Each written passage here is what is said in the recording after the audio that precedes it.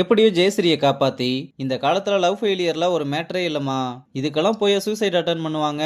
அந்த பையன் மட்டும் சரியான நேரத்துல கூப்பிட்டு வரலைனா கண்டிப்பா உன்னை காப்பாத்திருக்க முடியாது. நீ யாருக்காவது தேங்க்ஸ் சொல்லணும்னு நினைச்சா அந்த பையனுக்கு சொல்லுமான்னு சொல்லிட்டு போறாங்க. டாக்டர் போனதுமே ஏண்டி இப்படி பண்ணேன்னு கேட்டா மனோஜோட பேரை சொன்னதும் இன்னுமாடி அவன் வருவான்னு வெயிட் பண்ணிக்கிட்டு இருக்க. அவன் நேரம் கல்யாணம் முடிஞ்சு ஹனிமூனே போயிருப்பான். நீ சாகுற அளவுக்கெல்லாம் அவன் ஒருத்தே இல்லடி. எங்க பிரியனை காணோம். உன் நிலைமைக்கு மனோஜ் தான் காரணம்னு அவனோட வீட்லயே போய் அவனை அடிச்சிருக்காரு. அவங்களும் ஸ்டேஷன்ல கம்ப்ளைண்ட் பண்ணதுனால இப்ப ஸ்டேஷன்ல இருக்காரு. நீ ஒன்னும் கவலைப்படாத. அப்பா பார் கவுன்சில இருந்து நேரம் அங்கதான் போறாரு. எப்படியும் கூப்பிட்டு வந்துருவாருன்னு சொல்றா. இங்க அப்பா கடைக்கு வந்ததுமே கடையில வேலை பாக்குறவங்க இன்கிரிமெண்ட் போட்டு 3 வருஷம் ஆச்சுன்னு சொன்னதும் அதுக்குள்ள 3 வருஷம் ஆயிடுச்சா, சரிம்மா இந்த ஆடி முடிஞ்சதும் போட்டுடலாம்னு சொல்றாரு. இதனால வேலை செய்யறவங்களுமே ரொம்ப ஹாப்பி ஆகுறாங்க.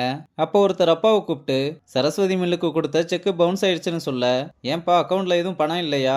இல்ல சார், நீங்க நேத்து அக்கௌண்ட்ல இருந்து பணம் எடுத்திருக்கீங்க, அதனாலதான் பவுன்ஸ் ஆயிடுச்சுன்னு சொல்றாரு. அப்ப பிளாஷ்பேக்ல யாருக்கோ அப்பா பணம் எடுத்து கொடுக்கற மாதிரி காமிக்கிறாங்க. ஆனா அந்த பணத்தை யாருக்கு கொடுக்கறாருன்னு காமிக்கல. அங்க கட் பண்ணா ஒரு போலீஸ் ஆபீசர் ஃபேமிலியை காமிக்கிறாங்க.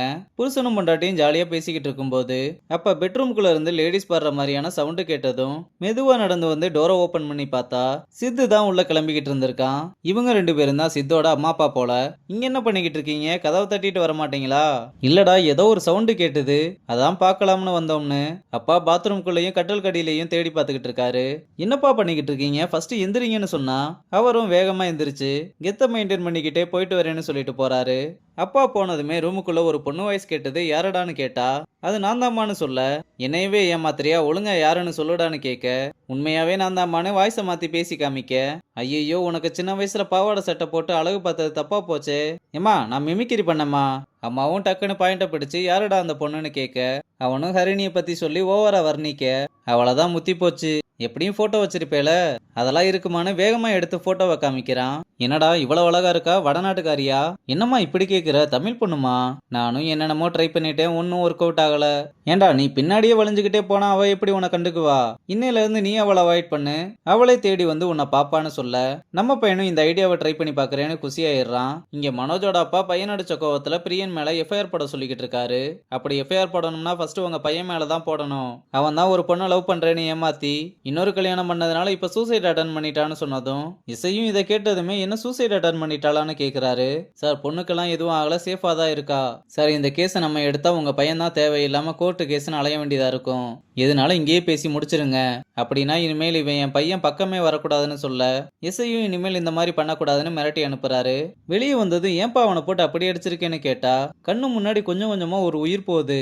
அவன் கிட்ட போய் அவளை பார்க்க சொன்னேன், ஆனா அவன் அதை பத்தி கொஞ்சம் கூட கவலைப்படல, அதனாலதான் கோவத்துல அடிச்சிட்டேன்னு சொல்றான். இங்க மீரா அஸ்வினை பார்க்க வீட்டுக்கு வர, அம்மா வந்து அவளை பார்த்ததுமே என்னடி ட்ரெஸ் இது, ஆம்பளை பசங்க மாதிரி பேண்ட் ஷர்ட் போட்டு சுத்திக்கிட்டு இருக்கேன்னு கேட்டா, ஆண்டி இதுதான் கம்ஃபர்டபுளா இருக்கும், அதுவும் இல்லாம ஸ்போர்ட்ஸ் பர்சன்னா இப்படிதான் ட்ரெஸ் பண்ணணும்னு நம்ம அஸ்வின் தான் சொல்லியிருக்கான்னு சொன்னதும் அம்மாவும் என் பையன் சொன்னா கரெக்டா தான் இருக்கும்னு சொல்றாங்க.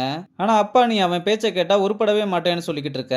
அப்ப அஸ்வின் வந்து இவர் பேச்சை கேளு, பிரசிடென்ட் ஆயிரலாம்னு வாக்கு கொடுக்க 2 பேருமே மாறி மாறி சண்டை போட ஆரம்பிக்கிறாங்க. மீராவும் இவங்க இப்படி பேசிக்கிட்டு இருந்தா சரிப்பட்டு வராதுன்னு அஸ்வினை வாடான்னு இழுத்துட்டு போறா.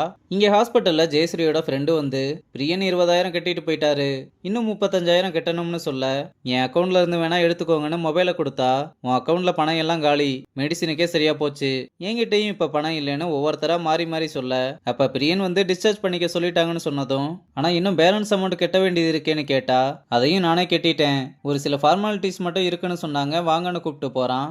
அப்ப அம்மா கால் பண்ணி எப்படி இருக்கேன்னு கேட்க, நல்லா இருக்கேன்னு சொன்னதும், என்னடி குரல் எல்லாம் ஒரு மாதிரி இருக்குன்னு கேட்டா, கோல்டு பிடிச்சிருக்கு அதான் அப்படி இருக்குன்னு சொல்றா. நீ இங்க இருந்தா நண்டு சூப்பாவது போட்டு கொடுத்துருப்பேன், பேசாம ஒரு வாரம் லீவ் போட்டு வாயேன்னு கூப்பிட, நான் இப்ப கொஞ்சம் வேலையா இருக்கேன் அப்புறம் கூப்பிடுறேன்னு சொல்லிட்டு காலை கட் பண்றா. அப்புறம் ஹரிணி வந்ததும் அம்மாவை கூப்பிட்டு மீராவுக்காக கிட்டெல்லாம் வாங்கிட்டு வந்திருப்பா போல, அதை அம்மா கிட்ட கொடுக்க சொல்ல, ஏண்டி நீயே கொடுக்க வேண்டியதானு சொன்னா, அதெல்லாம் வேணா நீயே கொடுத்துருன்னு சொல்றா. அப்புறம் அம்மாவும் வந்து அதை கொடுக்க, கிட்ட பார்த்ததுமே ரொம்ப சந்தோஷமா, யாருமா அப்பா வாங்கி கொடுத்தாரான்னு கேட்க, இல்ல ஹரிணி தான் வாங்கி கொடுத்தான்னு சொல்ல, என்னது இவ வாங்கி கொடுத்தாளா, நம்ப முடியலையே, என்னடி திடீர்னு பாசத்தை பொழியிற? ஆமா பொழியிறாங்க, ஏதோ அம்மா சொன்னாங்கன்னு தான் பண்ணேன்னு சொல்றா. இங்க பிரியனும் ஹாஸ்பிட்டல் ஃபைல்ஸ் ஏதோ இருக்கிறானா என்னன்னு தெரியல, ஆனா எதையோ போட்டு எரிச்சுக்கிட்டு இருக்கான். இத ஜெயஸ்ரீயும் கார்ல போகும்போது பாத்துக்கிட்டே போறதோட இந்த எபிசோட முடிச்சிருக்காங்க.